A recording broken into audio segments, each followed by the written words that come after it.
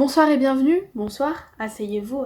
prenez place, j'espère que vous allez bien, je serai votre hôte ce soir et tout d'abord félicitations parce que vous êtes tombé sur l'une des rares vidéos sur ce sujet qui n'est pas sponsorisée par Audible. Je sais pas vous mais moi quand je clique sur une vidéo qui va m'expliquer comment lire plus, j'ai pas envie qu'on me dise d'écouter des livres. Donc soyez rassurés, dans cette vidéo je ne vous dirai pas que pour lire plus de livres il faut les écouter.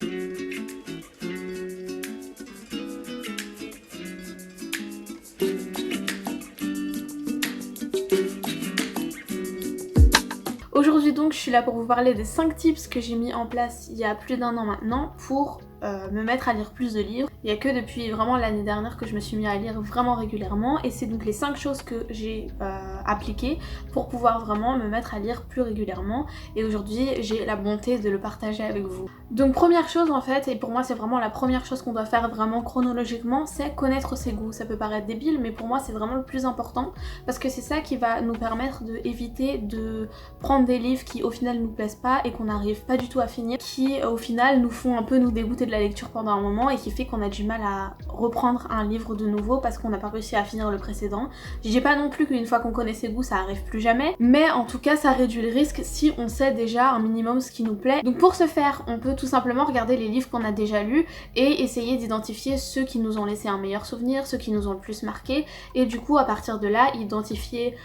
des livres du même style, du même genre ou même du même auteur et de cette façon du coup constituer un peu notre base solide sur laquelle on peut toujours revenir quand on va chercher un livre à lire. Après ce qu'on peut faire aussi c'est par exemple voir quand on rentre dans une librairie ou à la FNAC ou n'importe où est-ce qu'on se dirige naturellement dans les rayons sans trop y penser. Dans les rayons, moi par exemple je vais absolument jamais dans le rayon des livres un peu policiers, polars et tout, ceux où le rayon il est tout noir, je vais absolument jamais là-bas. Donc ça c'est aussi un bon moyen de voir ce qui nous intéresse ou pas, c'est là où on va se diriger naturellement et quel livre on va regarder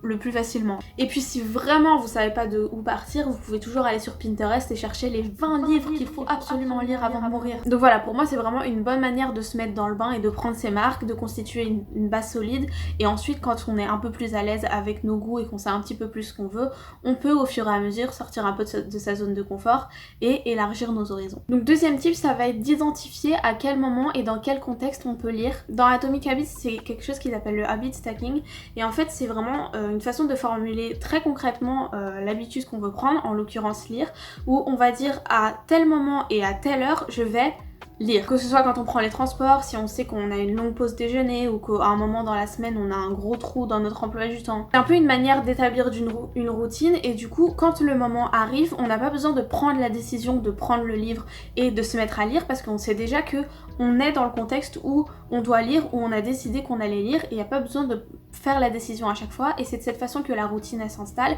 et que ça devient un automatisme et qu'on n'a plus besoin de faire l'effort de se dire ah là est-ce que je lis ou pas, ah là est-ce qu'il faut que je ramène mon livre ou pas, ah mince là j'aurais pu ramener mon livre pour lire. Voilà, tout est déjà établi. Une fois que c'est fait en fait la troisième étape, le troisième tips ça va être du coup de mieux identifier combien de temps et combien en volume on est capable de lire en un jour, en une semaine, de façon à pouvoir en fait pas se fixer des objectifs inatteignables et se dire je vais lire 100 pages par jour. Donc si je sais par exemple que j'ai tant de temps à consacrer par jour ou par semaine à la lecture et que avec tant de temps j'arrive à lire tant de pages, c'est facile de faire vite fait le calcul et de du coup se dire ok bah par semaine je vais lire tant de livres, par mois je vais lire tant de livres. Moi personnellement j'aime bien partir d'un objectif mensuel, donc comme je l'avais déjà dit, moi j'aime lire au moins 4 livres par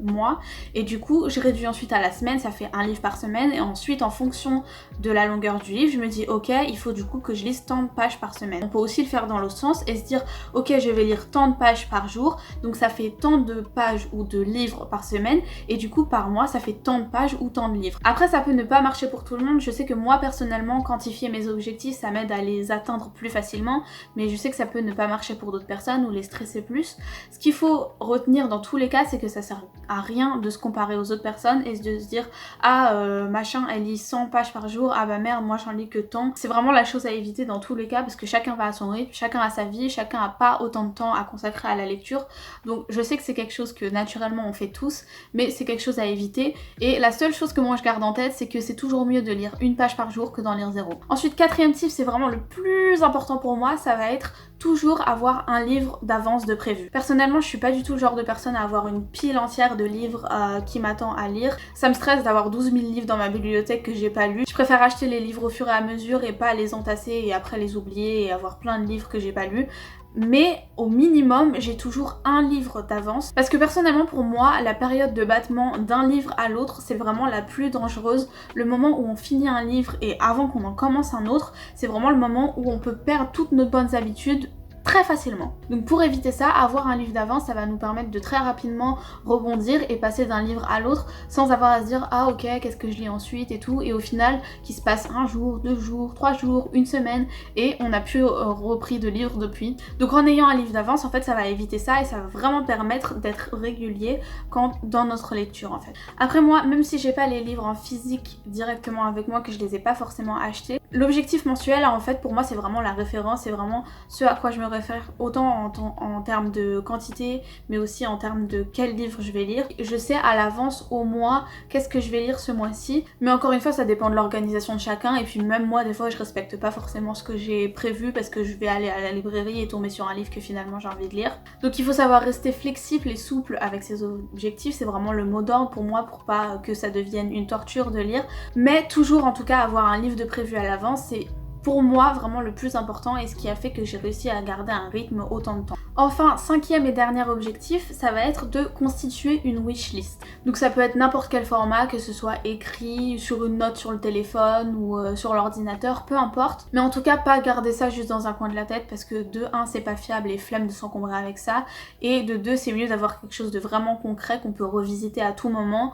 que d'avoir à faire un effort mental à chaque fois. Donc si vous êtes sur les applications un peu comme Goodreads ou Glyph, il y a vraiment une fonctionnalité sur laquelle vous pouvez rentrer tous les livres que vous voulez lire, mais si vous n'avez pas ça, je recommande vraiment d'avoir quelque chose de concret, de physique sur laquelle vous pouvez garder tous les livres dont vous entendez parler, qu'on vous recommande, ou que vous dites ah putain ça faut trop que je le lise depuis et tout. Tout ça dans un endroit où vous pouvez avoir accès facilement et à tout moment, et c'est là que du coup vous allez pouvoir piocher à chaque fois pour prévoir votre livre d'avance. Autre chose que ça permet, c'est que en gardant les livres sur la wishlist, il y a des livres que vous allez laisser dans votre wishlist pendant des mois et qu'à un moment vous allez vous rendre compte que vous avez même plus envie de lire et du coup il y a juste à les enlever de sa wishlist et vous les aurez pas achetés pour rien. Donc voilà, c'était mes 5 tips pour devenir de vrais lecteurs et lectrices. J'espère que ça vous a plu, j'espère que vous avez tous bien pris des notes et que vous allez devenir des petits lecteurs et lectrices très assidus. Merci d'avoir participé à mon cours. Plus sérieusement en tout cas, moi je trouve pas ça aberrant en fait d'avoir un système aussi strict pour quelque chose qu'on considère comme un hobby à la base, parce que justement je trouve que quand on est un peu occupé avec notre vie de tous les jours et tout, le hobby en fait c'est trop facile de au final qui se passe un jour, 2 jours, 3 jours, une semaine, un mois sans qu'on l'ait fait. Donc là je parle de la lecture mais ça s'applique pour tout en fait. Au final c'est quelque chose personne nous oblige à faire, donc si on se donne pas un minimum de cadre, il peut se passer un long laps de temps sans qu'on l'ait fait. Du coup ça m'est déjà arrivé plusieurs fois de dire à des gens ouais moi j'adore lire et tout, alors qu'en fait ça fait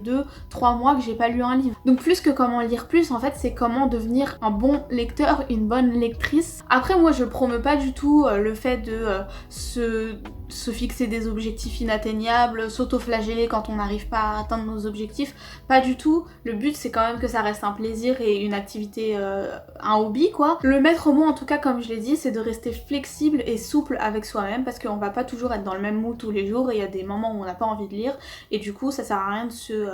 s'embrouiller soi-même juste parce qu'on n'a pas réussi à tenir nos objectifs. Ce qui compte c'est que ça reste un plaisir, mais voilà, moi le but c'était vraiment de vous montrer ce que j'ai mis en place pour sur le long terme devenir une bonne lectrice. Dans tous les cas j'espère que ça vous a plu, j'espère que vous avez appris un peu des concepts nouveaux et une nouvelle façon de voir les choses et que ça vous a inspiré à commencer à lire un peu plus et à planifier votre prochain livre. Et c'est tout pour moi, je vous verrai dans une prochaine vidéo. Salut!